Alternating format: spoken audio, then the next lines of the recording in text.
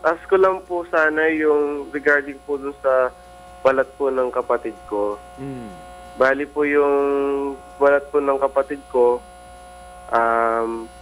pagka kinamot po yung balat po niya, yung mark po ng kinamot po niya o yung balat na kung saan siya nagkamot, namamantal po, tapos mahaba po yung pantal na kinamot po niya. Kumbaga, yung part na nakamot niya, yun po, namamantal po yun.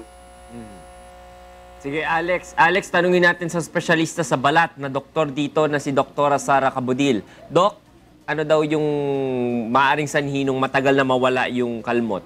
Good morning, Alex. Actually, Attorney Reggie, no, may mga tao talaga na kahit na konting scratch lang, hypersensitive sila talaga. But yun naman, wala namang parang pathologic na skin condition yon. So nothing to worry about. Mga gaano ba katagal usually yung isang kamot mo, yung red mark, Yung red bago mark. mawala, mag-subside? Okay. So yung pamumula lang tsaka pagpantal, usually minsan inaabot na, yung iba after 1 to 2 days wala na, yung iba naman 3 to 5 days. So kung depende rin dun sa kung paano in-scratch, how deep, how deep yung pressure na in-apply, ano. Oo. Ang importante lang naman, hindi nagsugat kasi kung... Kapag na-break yung epidermis, yung outer Pag layer na-break, of the ang skin. problema kasi sa mga ganyang individuals, nagkakos ng PIH, is post-inflammatory hyperpigmentation. So, maganda na lang, iwasan na lang yung trauma.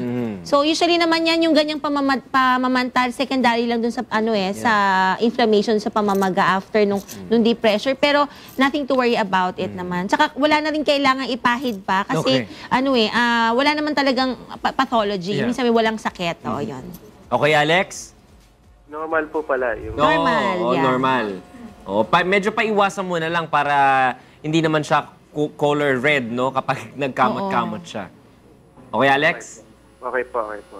Sige, maraming salamat.